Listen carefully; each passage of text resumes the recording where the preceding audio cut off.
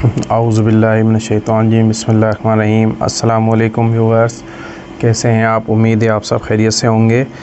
तो जो हमारे MCQs की जो सीरीज़ का सिलसिला जो चल रहा था, उसमें आज हमारा जो सब्जेक्ट है वो है कानून शहादत ऑर्डर 1984। इससे पहले कानून शहादत ऑर्डर 1984 के का एक लेक्चर हम आपको विद MCQs जो है प्रोवाइड कर चुके हैं। तो आज हम जो स्टार्ट करेंगे वो करेंगे सेकंड लेक्चर नेक्स्ट क्वेश्चंस पे। और ये वीडियोस आप हमारे YouTube चैनल पे जो है इस वक्त देख रहे हैं।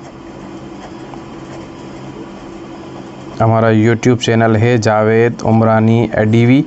ठीक है, तो स्टार्ट करते हैं। क्वेश्चन नंबर 5 तक हमने अपने प्रीवियस लेक्चर में बात की थी। आज हम बात करेंगे क्वेश्चन नंबर 6 की।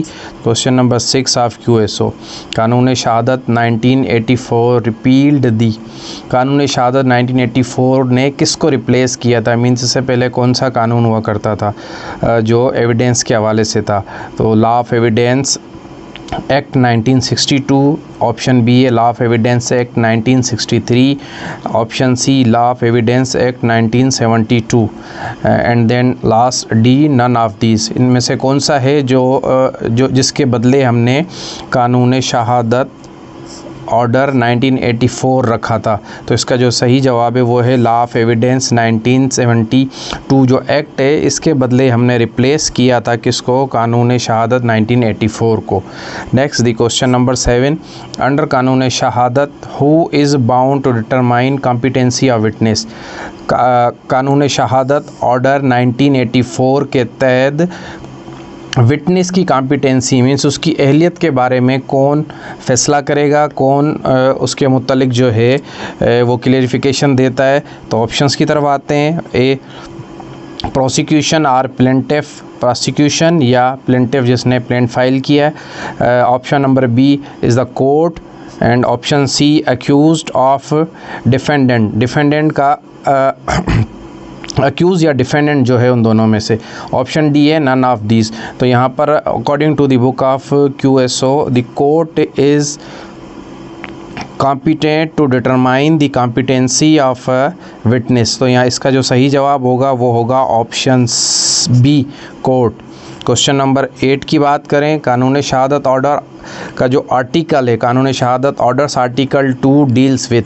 कौन सा आर्टिकल? आर्टिकल 2 ऑफ कानून शहादत ऑर्डर 1984 किसको डील करता है? Okay, the option is evidence, option A, option B exceptions, option C definitions और option D all of these. अगर यहाँ हम बात करें कि कानून शहादत का जो आर्टिकल 2 है, तो ये स्टार्ट में बुक का जो स्टार्ट होता है वहाँ पे आर्टिकल 1 2 3 4 ये सब इंटरप्रिटेशंस होती हैं। इंटरप्रिटेशंस की अगर हम बात करें तो आर्टिकल 2 अंडरस्टूड है कि ये डेफिनेशन के मुतल्लिक ही होगा, ये डेफिनेशन क्लास है। तो अगर हम बुक में जाके देखें तो आर्टिकल 2 एंड 2 के बाद उसकी जो सब सेक्शंस वगैरह हैं ये सारी डेफिनेशंस में आती हैं। Okay, the question number 9, evidence is defined under dash in QSO 1984। कोई भी एक एविडेंस, कोई भी एक गवाही है वो कानून शहादत ऑर्डर 1984 के तहत किस सेक्शन में डिफ़ाइन की गई है? तो अगर हमने थोड़ी देर पहले बात की थी कि डेफिनेशंस जो हैं वो आर्टिकल 2 में है, तो अगर हम यहाँ पर आ जाएं तो आर्टिकल 2 में इसकी सब सेक्शंस भी होती हैं। तो ऑप्शन ए 2B में बी, ऑप्शन बी 2E हो सकता है, ऑप्शन सी 2C या ऑप्शन डी 2F। तो इसका जो सही जवाब है वो है option 2C, article 2 sub section C। ये सारे आर्टिकल 2 के सब सेक्शंस हैं B, C, E और F। ठीक है, तो इसमें सही जवाब है वो है आर्टिकल 2 सब सेक्शन C।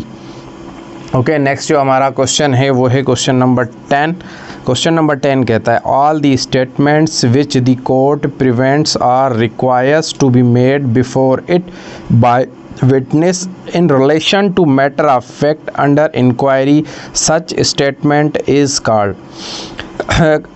वो टोटल गवाहियाँ, टोटल स्टेटमेंट्स जो कोर्ट को रिक्वायर हों कोर्ट के सामने, मीन्स किसी भी जज के सामने, तो उसमें जो विटनेस होगा उस विटनेस की वो जो गवाही होगी वो क्या मानी जाएगी, किस हिसाब से मानी जाएगी, वो किस हिसाब से मानी जाएगी अंडर दी इंक्वायरी। अगर उसके उस दौरान कोई इंक्वायरी भी हुई है, उस इंक्वायरी की भी गवाही वो भी किस हिसाब से मानी जाएगी, at the matter of facts. ठीक है, मैटर ऑफ फैक्ट की बात कर रहा है। तो इसके जो ऑप्शन हैं वो है डॉक्यूमेंट्री एविडेंस, कोई भी डॉक्यूमेंट पेपर पेज के हिसाब से कोई एविडेंस हो। Option B oral evidence, means verbally जज के सामने वो अपनी स्टेटमेंट रिकॉर्ड कराए।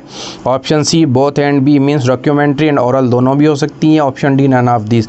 तो इसका जो सही जवाब है वो है ऑप्शन बी ओरल एविडेंस, जो वो खुद जाके किसी जज के पास अपनी स्टेटमेंट रिकॉर्ड कराएंगे। डॉक्यूमेंट्री एविडेंट में बंदा नहीं भी जा रहा है तो उसका वकील या पुलिस जो है वो पेश कर सकती है, दोनों जो है नहीं हो सकती, तो ओरल एविडेंस होगी। उम्मीद है आपको ये लेक्चर कानून शहादत ऑर्डर 1984 का क्वेश्चन नंबर 6 से लेके क्वेश्चन नंबर 10 तक समझ आया होगा। इस मुतल्लिक कोई भी सवाल, कोई राय, कोई सजेशन हो तो आप हमें कमेंट बॉक्स में बता सकते हैं। नेक्स्ट वीडियो तक के लिए दीजिएगा इजाज़त। अल्लाह हाफिज़।